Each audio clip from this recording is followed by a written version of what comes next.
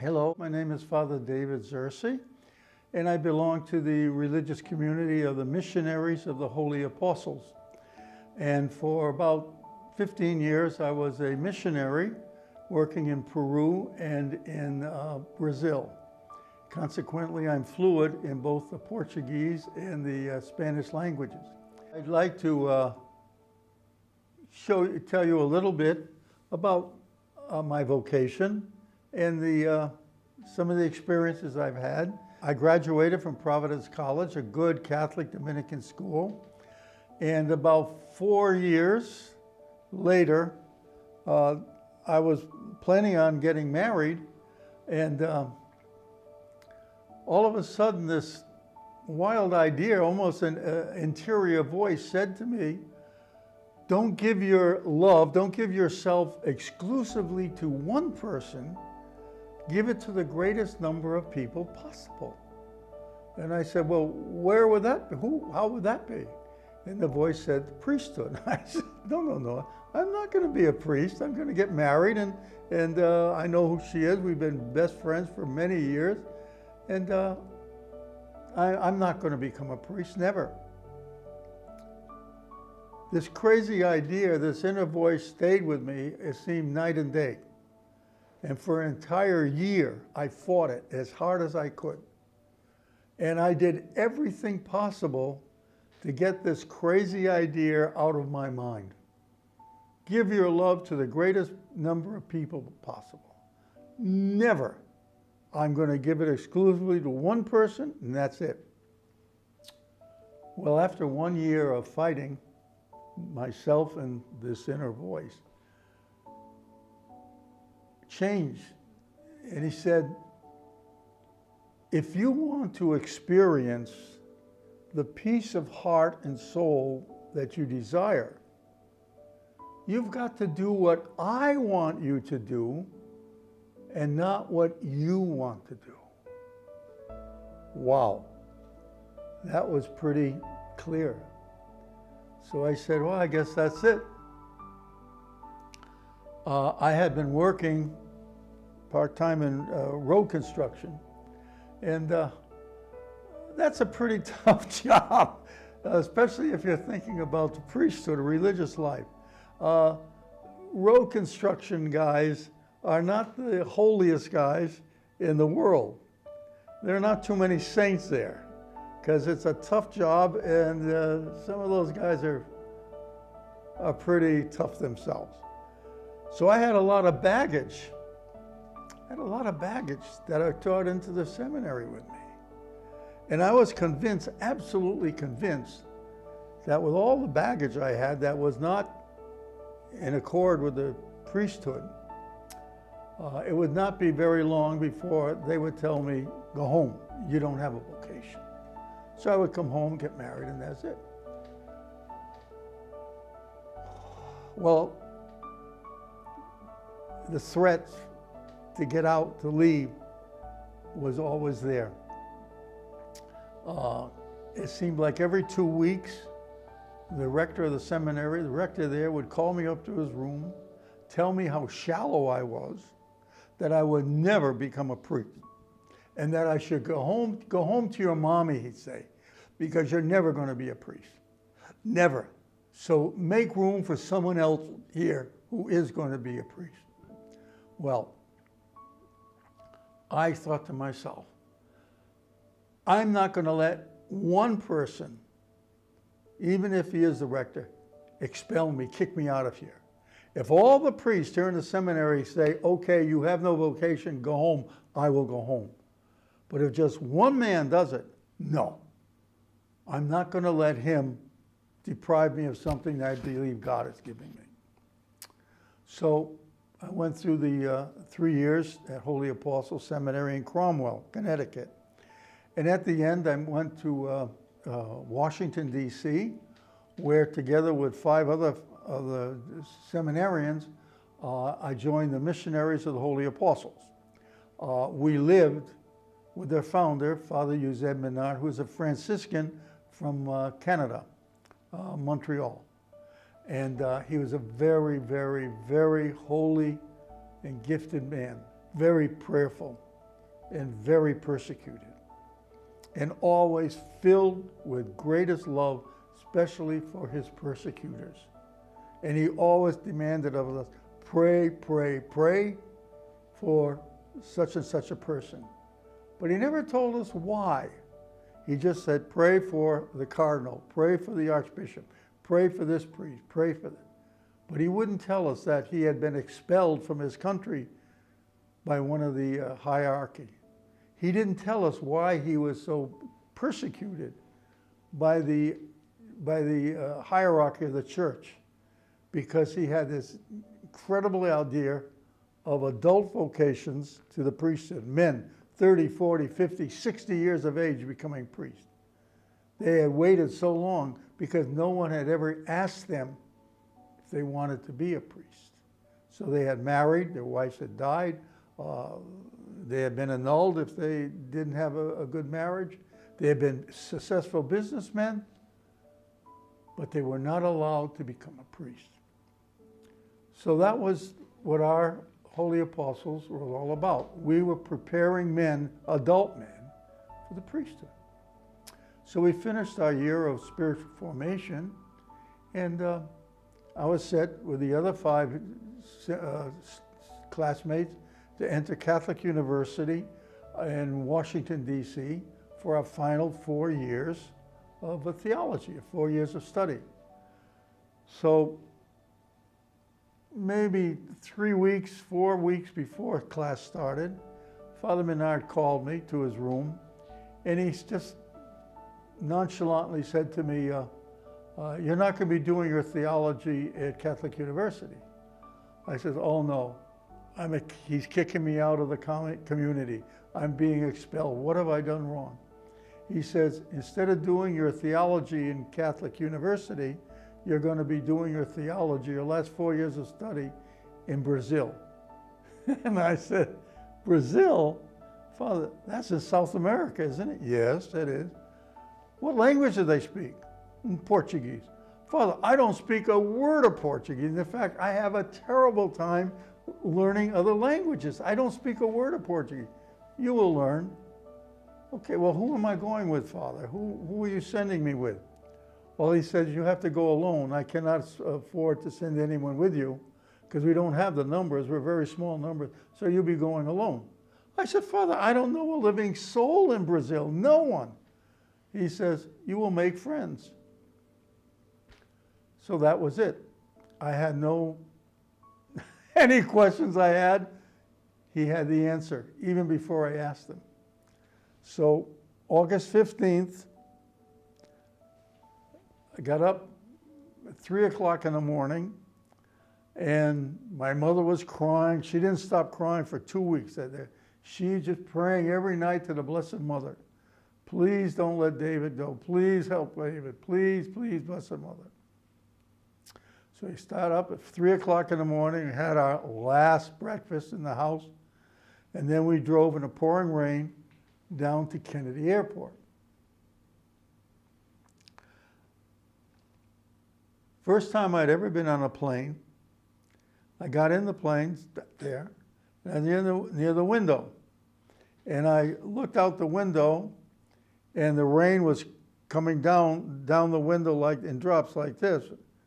And I could see my mom and dad up on the observation booth deck holding each other and crying. And in the plane, I saw the door to the pilot's cabin, where the pilot was closed. And I know that Father Menard always pushed us to the very edge. Not only to the edge, but he let us drop. He let us free fall. And when we were free fall and we were terrified that we were going to die, he'd reach down and pull us back. So I was convinced that Father Menard is behind that closed door. And he was testing my obedience. So I said, okay, Father, come out. I know you're behind that door. Come on out. I know you're back there. The door remained shut. I looked up, rain coming down the window, Mom and Dad up on the obstacle, holding each other, crying. I said, Father, open that door. I know you're there. I know you're in back of that door on the other side. You're going to open it, you're going to say, congratulations, David, on being a good religious. I compliment you on your obedience. Now go back to your father and mother. Nada, nothing. So for the third time, I looked up to see my mom and dad, and the rain was not coming down like this on the window. It was going like this. And I said, oh, I wonder why the rain is going like this all of a sudden and not coming down. So I looked down, and the tarmac underneath the plane was moving. And I said, but wait a minute. Tarmac doesn't move. Airplanes move. Oh my Lord. The plane is moving and I'm going. The plane had already gone beyond them. They were no longer visible. And for the next 10, 12 hours, I don't know how long it took, I landed in Rio de Janeiro. A man had on the plane, a very nice man I sat next to, had told me, I explained my situation, couldn't speak a word of Portuguese, not one. And he gave me, when you get to Rio, he said, go to this hotel, Hotel San Francisco. So I got to Hotel San Francisco.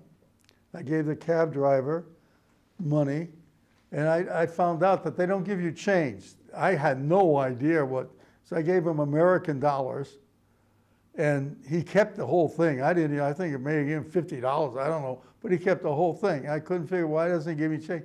They don't give you change. They figure whatever you give them, that's their tip. Okay, so I learned a little bit about the Brazilian culture. So I went to this hotel. It was a nice hotel, and I got up third floor or something. It was very hot, no air conditioning. So I opened the window.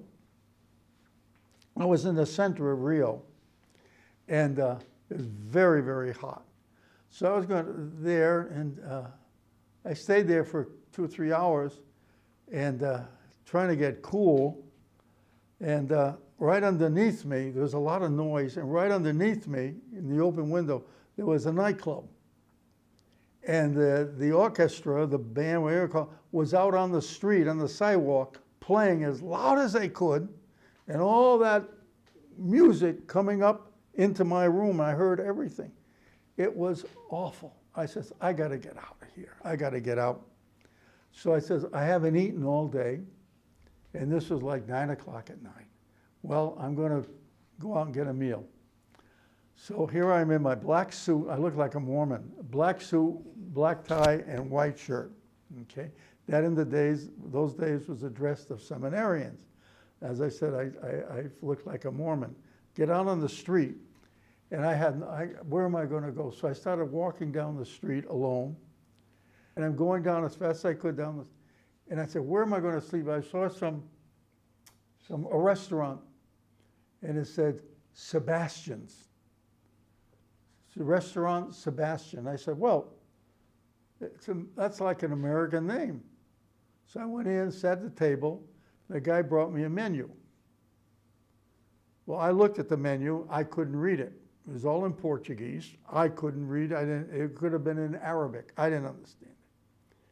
So I said, well, I looked at the menu and I saw they had sandwiches, and one of the sandwiches was Sebastian. So I figured, oh, if they have a sandwich named after the restaurant, I'll have that. So the guy came over, he goes, Sebastian, So it says, Sanduíche Sebastian. Okay, que você quer tomar? Huh? Que você quer tomar? Oh, beer. Que? Beer. I said, I did not know that the word beer in Portuguese is cerveja, but I'm saying beer. So the guy didn't understand a word I was saying, like I didn't understand him. So he called his buddies over, and he blah, blah, blah. And beer. So just then a waiter went by, and he's carrying a couple of bottles of beer. So I jumped up, went over, got the guy, The poor waiter was terrified. Beer, oh, você quer cerveja? Oh, come on. So that was my first meal in Brazil. A Sebastian sandwich, which was a good meal, almost like a BLT. And my first word in Portuguese, cerveja. And the next day, I somehow got on a bus for the city of Porto Alegre, which is about 1,000 miles away to the south. And it was a beautiful, beautiful, beautiful bus that went nonstop. And it was, they had their own kitchen on board. The seats were first-class airplane seats, beautiful seats. And they had stewardess. And it took a 24-hour, 1,000-mile trip down to city of Porto Alegre, which is in the very southern part of Brazil, where I began my first 4 years of a study of theology in Portuguese, German, and Italian languages, all of which proved to be a very interesting experience, incredible experience. But 4 years later, God was good enough to call me back home here to Connecticut, where I was ordained by Bishop Vincent Hines in the Cathedral of St. Patrick's in Norwich, Connecticut.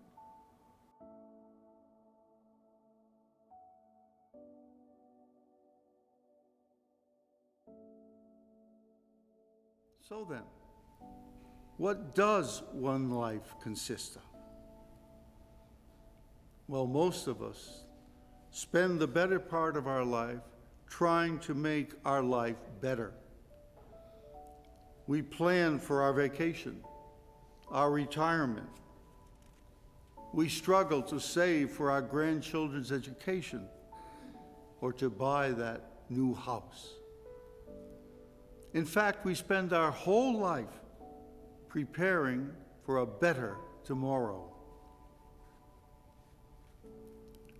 Now, of all the important events that our life does consist of, there is one event, the most important event of all, that we probably do not prepare for as well as we should. What happens after our earthly life has ended? Oh yes, we have our life insurance all paid up, our will has been made, and our funeral expenses are all taken care of. But what about the state of our soul? The Church defines the soul as the spiritual, immortal aspect of the human being that gives life to the body. And once the soul leaves the body no longer has life. But our soul, made in the very image and likeness of God Himself, will never die, but will live forever.